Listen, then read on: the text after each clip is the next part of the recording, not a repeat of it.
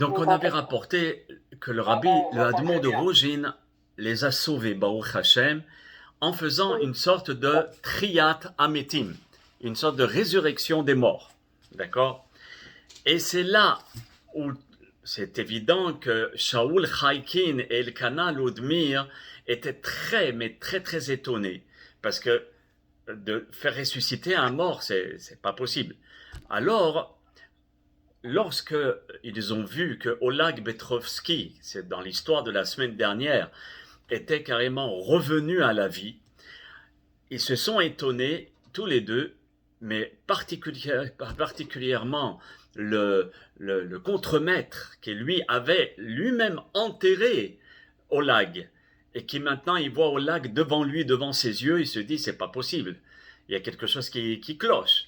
Alors c'est là où le Hadmour de Rougine lui dit écoute-moi bien mon fils, pour que tu comprennes bien ce qui se passe, je vais te rapporter l'histoire avec le Baal Shem Tov. Je n'ai pas besoin de vous le présenter, tout le monde connaît le Baal Shem Tov, Yishtabach Shemo La'ad. Et le Hadmour de Rougine lui dit tu vas vite comprendre comment une résurrection peut arriver. Et il rapporte l'histoire qu'un certain Yosef se trouve dans une situation très très difficile. Parce que depuis plusieurs années, notre Yosef, il loue une parcelle de terrain au seigneur Jan Pavlovitch. Pavlovitch, c'est ça. Et donc à ce moment-là, comme tous les seigneurs, il cherche à accroître ses revenus personnels aux dépens des locataires. Et qui étaient particulièrement les locataires? C'était des bénis Israël. Et chaque année, il fallait payer, mais chaque année, notre Pavlovitch était en train d'augmenter le prix du loyer, sans se laisser attendrir par les supplications de notre Yosef. Il essayait de le supplier, rien à faire. Et un terrain, même si c'était un terrain qui était très bien, mais trop petit pour pouvoir nourrir toute une famille. Et Blaïnara, les Bni Israël ont des familles. Baruch Hashem, Yishtabach Shemo La'ad, 15, 20 enfants. Blaïnara. Et donc, à ce moment-là, ça rapporte très peu par rapport à toutes les dépenses qu'ils ont. C'est insuffisant. Maintenant, comment payer une telle somme au Seigneur et chaque année, parce que c'était pas chaque mois où tu pouvais dispatcher. Et quand c'est dans l'année, qu'est-ce qui se passe? Alors tu as des dépenses, la bar mitzvah, le mariage, le truc, le moré, et chaque fois, malheureusement, l'argent est dépensé. Alors, malheureusement, le Seigneur, il attend, je dis bien malheureusement, parce qu'ils attendaient pour mieux cogner. Et là, sa patience au Seigneur est à bout. Et il convoque notre Yosef. Et il le met en garde que s'il ne paie pas son dû dans 7 semaines, il le renverra et il risque d'être privé de sa seule ressource pour sa famille. Et là, il sera obligé de mendier pour nourrir toute sa famille. Waouh, Yosef se dit c'est pas possible. Il se rend immédiatement chez qui? Chez le rabbi Israël à Baal Shem Tov. Zecher o Tzadik Kadosh Lebracha. Et notre Yosef, il est reçu par le Hadmour et il pleure, il se lamente sur son sort, il supplie le rabbi Israël Baal Shem Tov de prier pour sa délivrance parce qu'il sait exactement ce qui lui attend. C'est soit la prison, soit la mort. Et le rabbi lui répond, écoute-moi bien Yosef, si tu veux m'écouter, ça va être très facile. Tu vas te montrer un petit peu audacieux. Et demain matin, tu vas aller chez le Seigneur, Pavlovitch, et tu vas lui demander sans crainte. Et là, il lui demande quelque chose pratiquement impossible. Il lui dit, tu vas te présenter devant lui et tu vas lui dire avec fermeté, dites-moi, monsieur le Seigneur, qui vous a fait Seigneur de cette propriété? Premièrement, montrez-moi vos papiers. Prouvez-moi aussi que vous avez des documents officiels. Parce que moi, je ne suis pas habilité et je ne veux pas payer à quelqu'un qui n'a pas du tout les papiers en norme. Et là, Notre Yosef, il entend le Baal Shem Tov, il s'est dit, c'est pas possible. Moi, parler de cette manière au Admour, au Seigneur, non, c'est pas possible. Yosef était très très anxieux d'obéir au Baal Shem Tov, mais il savait que son rabbi avait raison. Et Yosef, le pauvre, il rentre à la maison, il ne ferme pas l'œil de la nuit, il imagine la réaction du Seigneur et le voit déjà avec son fusil en train de lui tirer dessus et lui mettre une balle dans le cœur. Il s'imagine un tas de situations, il se dit comment je vais faire, comment je vais parler, il ne dort pas la nuit. Le lendemain matin, Yosef se lève à l'aube et il fait une prière, mais vraiment très fervente. Une très très belle prière.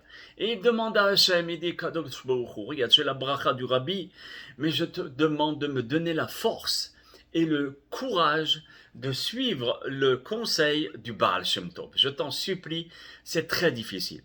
Le tzaddik, je sais qu'il a raison, mais aide-moi, donne-moi le courage, donne-moi la force. Très bien. Après la prière, il avait son cœur qui battait naturellement, et Yosef se rend aussitôt au château du Seigneur. Il frappe à la porte et demande un entretien avec le Seigneur. Les gardes, qui le connaissaient très très bien, alors lui répondent poliment de bien vouloir attendre la décision de leur maître parce qu'il était en train de dormir comme un vrai seigneur.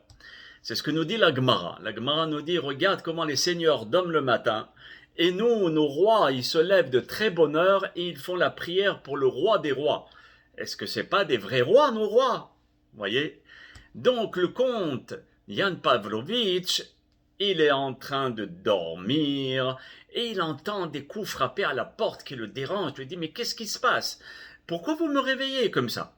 Et donc ses serviteurs, ils disent, écoutez, Seigneur, il y a Yosef le juif qui est venu vous voir. Il lui dit, ah, donc c'est sûr que notre Pavlovitch était un petit peu furieux, mais il s'est dit, sûrement, il va me payer. C'est vrai que le Seigneur est en train de râler, et il dit, maintenant ouvrez la porte, et que voulez-vous, amenez-moi ce Yosef, je suis très content qu'il soit venu, et je veux absolument le voir, parce qu'il était convaincu qu'il était venu payer la somme.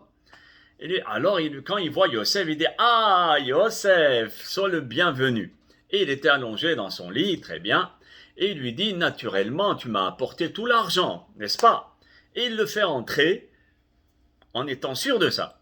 Et Yosef, il rentre dans la pièce, mais pas la tête basse, la tête haute, le corps redressé, sûr de lui.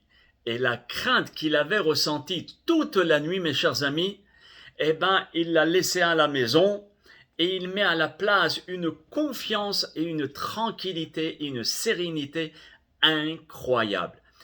Jan Pavlovitch, il le revoit, il dit c'est pas le même Yosef. Généralement, il a la tête recroquevillée, comme ça, le corps tout plié.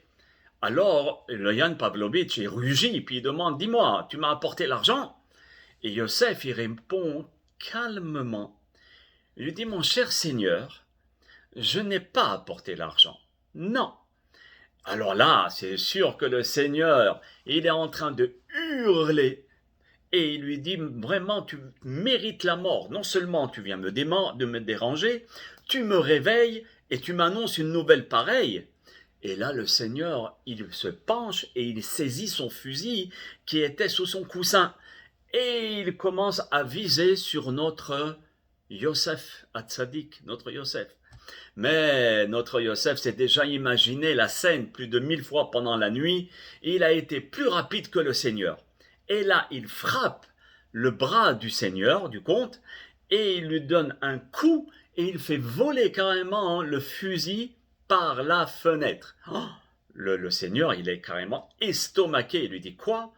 Tu oses me faire ça? Et c'est là où Yosef, il répond avec sûreté. Il lui dit, oh, oh, calmez-vous là. Je ne suis pas un lapin, hein, d'accord, où on tire dessus. C'est quoi cette férocité?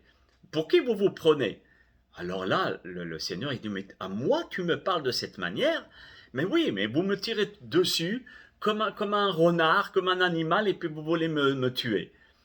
Et là, notre cher Yosef lui dit, écoutez-moi bien, Seigneur, prouvez-moi avant tout que vous êtes véritablement le propriétaire légal de cette propriété. Montrez-moi vos documents, et je n'accepterai de parler argent avec vous que lorsque j'aurai la preuve écrite que vous êtes bien le maître de ces lieux. Et Yosef lui-même, waouh, il avait du mal à croire que ces mots sortaient de sa bouche. Il dit, c'est moi qui parle comme ça, waouh, c'est incroyable, c'est vraiment l'aide d'Hachem. Et il s'exprime avec le Seigneur avec un calme, mais surtout un courage qui l'étonne lui-même. Sûrement, sa prière et la bénédiction du tzaddik lui ont donné des forces.